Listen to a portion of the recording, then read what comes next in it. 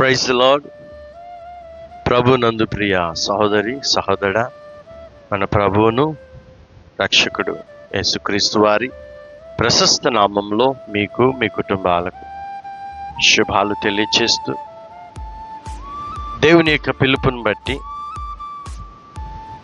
మిమ్ములను మీ ఆత్మీయ జీవితాన్ని విశ్వాస జీవితంలో స్థిరపరిచి అనేకులను ప్రభు రాకడ కొరకు సిద్ధపరచాలనే ఉద్దేశంతో మరి దేవుని యొక్క వాక్యమును చేతపట్టుకొని మీ ముందుకు రావడానికి ప్రభు కృపనిచ్చున్నారు.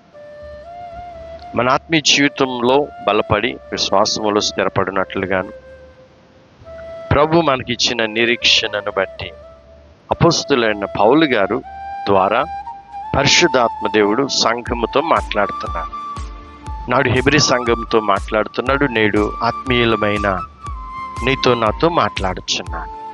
ఈ మాటలు మనం జాగ్రత్తగా గమనించినట్లయితే పరిశుద్ధాత్మ దేవుడు పౌలు గారి ద్వారా హెబ్రీ సంఘానికి వ్రాస్తూ 6వ అధ్యాయంలో 12వ వచనంలో చూచినట్లయితే, మీలో ప్రతి వాడును మీ నిరీక్షణ పరిపూర్ణమగు నిమిత్తము మీరిది వరకు కనపరిచిన ఆసక్తిని తుదమట్టుకు కనపరచవలనని అపేక్షించుచున్నాను అని పరిశుద్ధాత్మ దేవుడు పౌలు గారి ద్వారా మాట్లాడుతున్నాడు. నిజమే, నేడు పిలువబడిన ప్రతి విశ్వాసి కూడా ప్రారంభములో తమకున్నటువంటి ఆత్మీయత విశ్వాసము మధ్యలో తగ్గిపోతుంది. కానీ పరిశుద్ధాత్మ దేవుడు ఏం మాట్లాడుతున్నాడంటే, అది తుదమట్టుకు మీరు దేని కొరకైతే పిలువబడ్డారో, ఎందుకొరకైతే మీరు నిరీక్షిస్తున్నారో అది పరిపూర్ణం అవ్వాలి.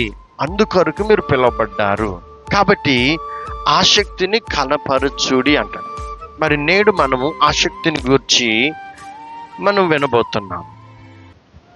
క్రైస్తవ విశ్వాసి దేని పట్ల ఆసక్తి కలిగి ఉండాలి, ఏ విషయాల్లో ఆసక్తి కలిగి ఉండాలో మరి ఒక్కొక్కటిగా మనం నేర్చుకుందాం.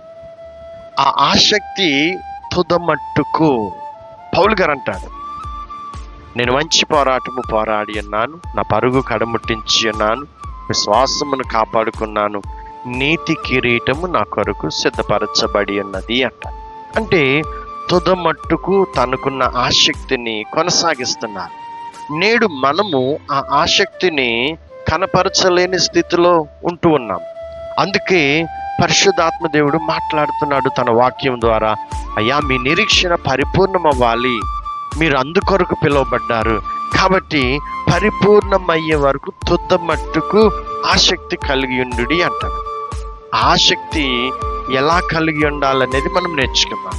ఎందుకంటే ప్రకటన గ్రంథంలో మాట అంటారు, దేవునిపై మనకున్నటువంటి ప్రేమను బట్టి మీ మీద ఒక నేరము మోపవలెనని అనుకుంటున్నాను, మొదట నీకున్న ప్రేమను విడిచితివి అని ప్రభువు యోహాను భక్తుడి ద్వారా మాట్లాడుతున్నాడు. నిజమే, ప్రారంభంలో ఉన్న ఆత్మీయత విశ్వాసము రానున్న దినాల్లో తగ్గిపోతుంది.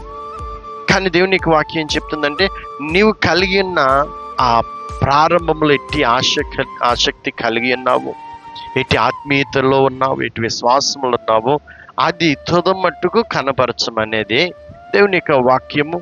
అది పరిపూర్ణం అవ్వాలి. అందుకనే పౌలు గారు జ్ఞాపకం చేస్తున్నాడు. ఈరోజు దేవుని సన్నిధిలో ఉన్నటువంటి ప్రియ సహోదరి సహోదరా, మన నిరీక్షణ ఏ విధంగా ఉంది, ఆత్మీయత ఎలాగుంది, విశ్వాసంలో స్థిరంగా ఉన్నామా, ఈ విషయాలని మనం జ్ఞాపకం చేసుకుంటూ పౌలు గారి ద్వారా మాట్లాడినటువంటి విషయాలు, మీ ఆసక్తి తుదమట్టుకు కనపరచాలి.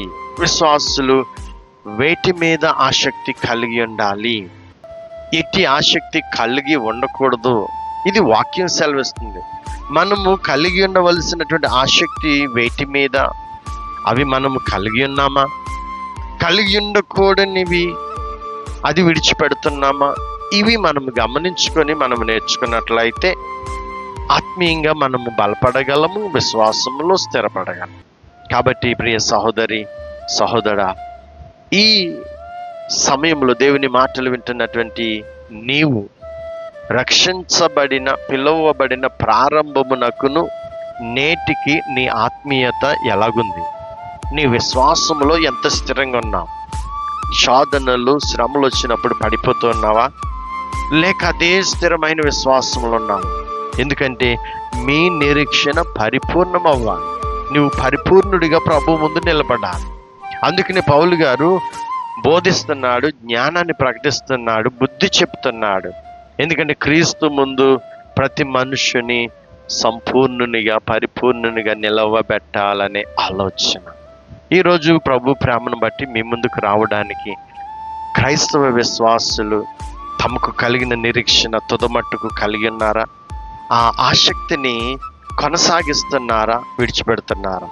అదే ఉద్దేశంతో ఈ మాటలు మాట్లాడాలని మిమ్మలను ప్రేరేపిస్తూ, మరి ఈ కడవరి దినాల్లో మన జీవితాల్లో ఎట్టి ఆసక్తి కలిగి ఉండాలి అనే విషయాన్ని ఒక్కొక్కటిగా మరి ప్రతి దినము మాట్లాడాలని ఆశపడుతున్నాను. తప్పక మీరు చూడండి, మీ ఆత్మీయంగా బలపడండి, విశ్వాసంలో స్థిరపడండి, పరిచయం చేయండి అనేకులను, ఆత్మీయులను బలపరచినట్లుగా నీవు ఈ పరిచర్లు పాల్భాగిస్తుండాలని ప్రభు ప్రేమలో మనవి చేస్తున్నాను. దేవుడి మాటలు మన వినికిడిలో దీవించి మన హృదయంలో భద్రపరచునుగాక. ప్రార్థించుకుందాం. పరమ తండ్రి, వెతబడిన వాక్యము వృధా పోకుండా, సాతానుడు వచ్చి ఎత్తుకుని పోకుండా 30 60 100 ఫలింపచేయండి. వాక్యమందు నిలిచి వేరుపారిన అనుభవాలు మాకు ప్రతి ఒక్కరికి దయచేయండి. మాకు మీరిచ్చిన నిరీక్షణ పరిపూర్ణమగినట్లుగా తుదమట్టుకు చక్కని ఆసక్తి కనపరచు ఆత్మీయత, విశ్వాసము మాలో పరిపూర్ణముగా దయచేయమని యేసు నామములో ప్రార్థించి పొందుకొనుచున్నాము మా ప్రియ పరమ తండ్రి. ఆమేన్. ప్రభు నామమున స్తోత్రాలు. మీ అందరికి వందనాలు. దేవుడు మిమ్మును బహుగా దీవించునుగాక. ఆమేన్.